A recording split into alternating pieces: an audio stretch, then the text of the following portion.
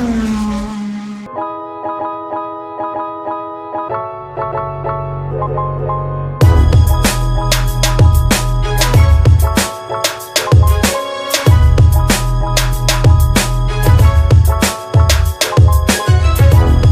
the brand new third generation BMW X3 and it's coming to India very soon.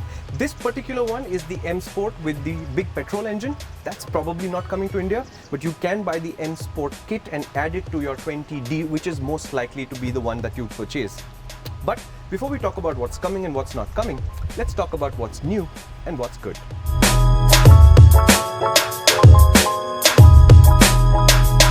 Our drive in Portugal offered us the chance to taste two of the all-new X3s. For the road sections, we had this, the M40i, and for the off-road loop, the X-Drive 30D. The big visual change is right up front.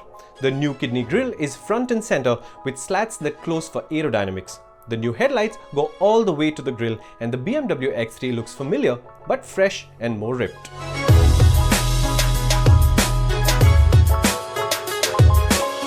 X3 is all new for this year, but honestly there aren't that many changes to speak of because of a whole bunch of tweaks and tunes rather than a lot of new equipment. One of the changes is that the drive is more rear biased now, and the suspension is lighter in terms of unsprung weight, and that should improve ride quality. But what always surprises me when I drive these BMW SUVs is how much more like a tall car they feel rather than like an SUV.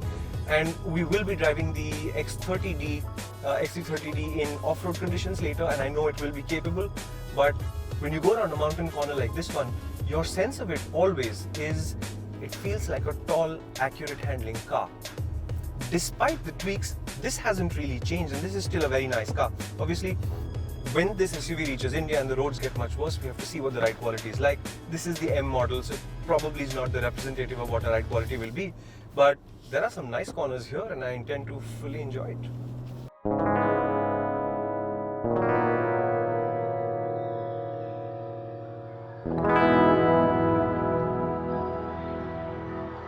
And it doesn't disappoint. Switching to Sport produces a rather uproarious noise, and the M40i has all the bells and whistles, including active steering.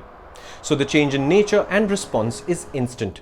The steering weights up, the responses feel more direct, and the suspension becomes a bit stiffer. But let's switch focus to more useful things for Indian owners, like the cabin. So we are obviously inside the interior of the M40i, and you can immediately see a whole bunch of M badges that remind you that you're driving the faster version of the X3. But even in that, you can see that the new interior layout looks actually quite nice. There are some details like the materials which are different. There is of course the M badge which sits here instead of the X3 badge. But apart from that, you've got this big 10-inch screen. It's very clear, it's very high resolution, and you can interact with it in 4 ways. You can touch it, you can speak to it, there's gesture controls if you do stuff like that happens. Not a fan of that. Of course there's the iDrive controller. This is the latest generation of iDrive, and you can use that as well. So new interior looks good, looks better made than before, looks better finished than before, but obviously this is the M version with a few different trim details like the steering wheel itself. But even on the normal X3, it looks better. Time for us to make a switch. So far we've driven the M40i on the road. Now we're going to switch to driving this car. That's the 30D off-road. But what you're likely to get to buy most likely is the 20D, which will look like this, and maybe the 30D M Sport, which will look like this but have this thing's engine. Are you confused? I'm going off-roading.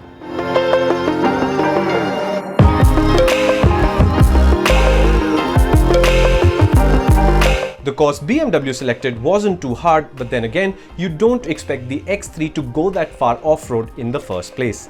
That said, it did do well enough, and it does have some off-road features for you to play with.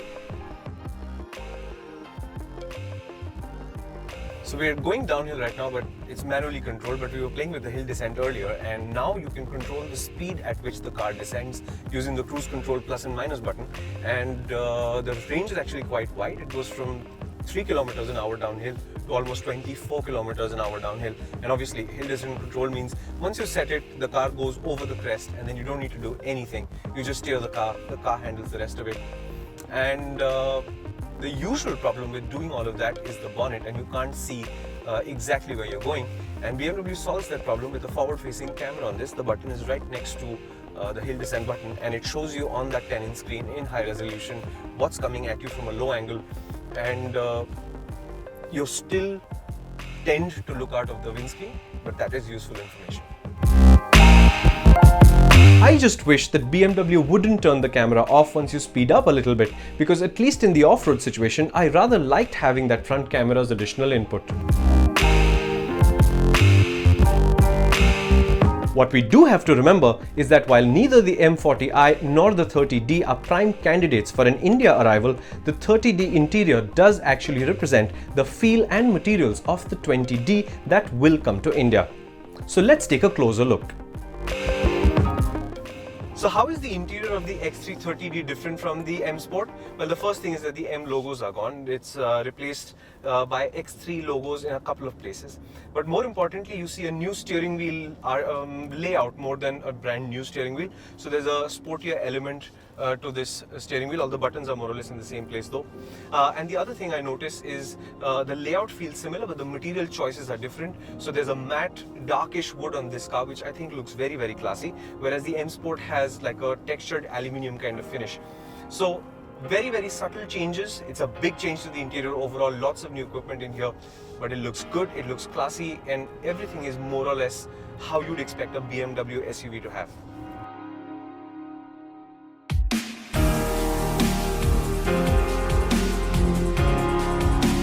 There is of course a notable difference between the drive feel of the sporty X3 M40i and the more normal xDrive 30D. The normal X3 is a much different beast from the M Sport, because the steering wheel, for example, is thinner and it's lighter in weight, which feels more natural in terms of being a regular SUV to drive every day. Also, the ride quality is even more supple, if I can call it that. I'll go into sport mode right now and I'm telling you, it does stiffen the car up, it just crisps up the throttle response as well as the suspension, but the overall feel still remains supple and comfortable. Not the kind of stiffness I was expecting really. It's much softer, because if you remember the first generation X3, for example, that one was famous for being a great handler, and it came at the expense of ride quality. It was remembered very, very fondly by some people and very, very angrily by some people as being a car with exceptionally stiff suspension. This thing, it's very comfortable. The all-new third generation BMW X3 is an easy SUV to like, but it's hard to spot the difference to the old one, because in many ways the old one was already an accomplished small premium SUV. The new skin looks smashing in my book, especially the M Sport kit, and the subtle changes do add up. What remains is to drive it in India.